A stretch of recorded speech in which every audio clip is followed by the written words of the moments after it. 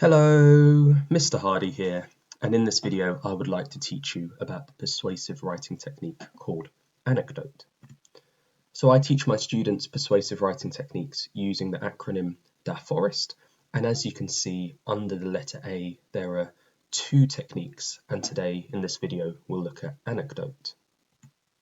So what is an anecdote? Well, the actual definition of an anecdote is it's a short personal story about a real person or situation, and it's usually funny. It's the sort of joke you might tell your family and friends.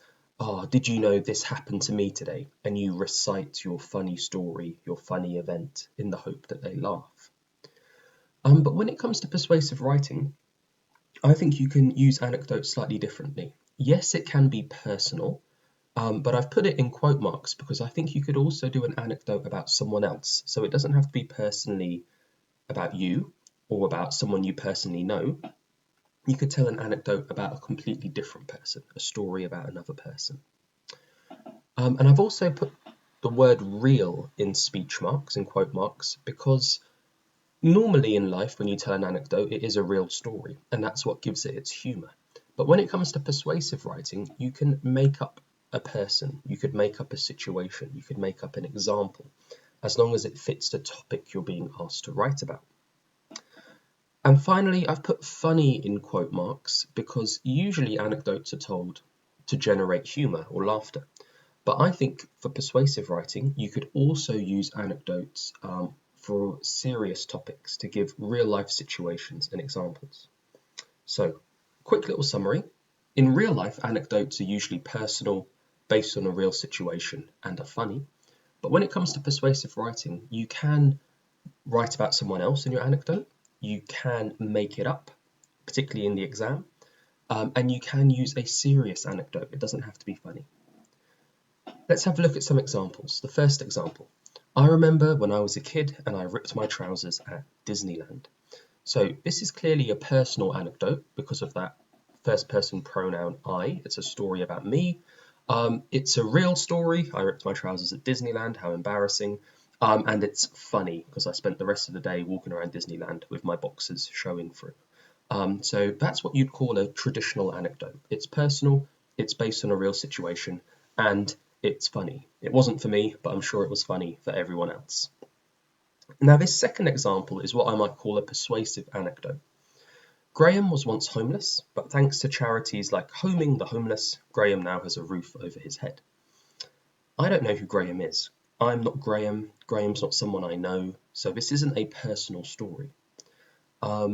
Actually, this situation, as far as I know, isn't real. I'm sure there are homeless people in the world called Graham, but this one I happen to make up. I made up the name Graham, or this character Graham. I made up this charity Homing the Homeless. This is an example I've completely fabricated. It's not real. And this topic of homelessness is not funny. It's quite a serious topic. So actually, this anecdote doesn't follow any of the rules. It's not personal, it's not real, it's not funny. It's actually about someone else, it's made up, and it's serious. But I think this can be used in persuasive writing to give an example or to illustrate something. So I think both anecdotes are acceptable, and it depends on the task you're writing about. So can you spot this anecdote in this article that I've written? Super Skate Park serves students. The latest property development in the area, Herringbone Homes, have built a skate park in the middle of their newest estate. This has given many youngsters, like Jake, age 9, somewhere to spend time with his friends. Jake said, "I love the skate park. After school I can meet my friends here and we can skate or just chill out." This simple skate park has transformed the community, and so on and so forth. I just want to point out a couple of things before we spot the anecdote. I've written an article here, and I've started my article with a headline, Super Skate Park Serves Students, which is something you should do. I've also used alliteration, which was the previous DAFOREST technique we've looked at in this video series, so to give you an example of it in action. Okay, so hopefully you've identified that these were the anecdotal parts of my article. This youngster called Jake, age 9, I'm not Jake, so this is a made-up anecdote. And what I've also done is I've turned this anecdote into a kind of interview, which is something you should try and do if you write an article. Using interviews in article writing is very common. So I've used this anecdote, this story of Jake. I love the skate park. After school, I can meet my friends here and we can skate or just chill out. Now, this isn't real. I've made this up, but I've made it so it's believable. And I've actually turned this anecdote into an interview, which is a pretty cool thing you can do if you're asked to write an article. Okay, tips on how to get good at anecdote writing. Well, try writing both real anecdotes based on your real life and made up anecdotes. Now remember, in the exam, the examiner isn't going to know whether it's a real anecdote or a made up one. Usually people find it easier to write about real situations that have happened to them. But if you're given a topic that you really can't relate to, you can make up your anecdote, as long as it's believable. Try writing both funny anecdotes and serious anecdotes. You'll probably be more familiar with funny anecdotes because we tell them all the time. So maybe have a go at writing some serious ones like I did about homelessness or the skate park, because they can be quite useful in certain writing tasks. Try using personal anecdotes or anecdotes about others. So you could put your anecdote in the first person and say it's something I did or something that happened to me. Or you could put your anecdote in the third person and say it's something that happened to he, she, them, or alternatively, you can just use their name. The whole point of this is if you are confident in using a variety of anecdotes, so real and made up, funny and serious, personal and about others, you could easily select the right one for the persuasive writing task that's in front of you. So how are you going to practice these anecdotes? Task 1, I'd like you to write the section of an article, and like me, if you want to do the beginning section, you could use a headline, a title as well.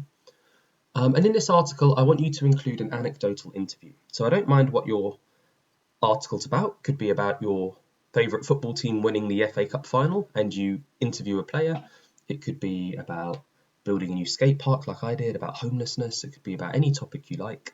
But I'd like an anecdotal interview. Task 2 is to write a speech about a time when you overcame a difficulty and use an anecdotal example. So this could be a real example about a difficulty you've had to overcome. I don't know, maybe like learning how to ride a bicycle and not fall off and graze your knee every couple of minutes, and how you had to persevere to overcome that. So it could be a personal story. It could be made up. You could write about a made up situation. I'm not going to know any different, nor is the examiner. You could write it about a serious incident that happened, or you could make it quite humorous. So you can practice different types of anecdotal writing with task 2. So the aim is to produce 2 paragraphs in total with 2 separate anecdotes. If you found this video useful, please like it and subscribe to my channel for the rest of my persuasive writing DAFOREST techniques. And feel free to leave a comment, maybe with an anecdote in it, so I can have a look and see if you're getting this technique correct. Well, thank you for your attention, and I'll see you on the next one.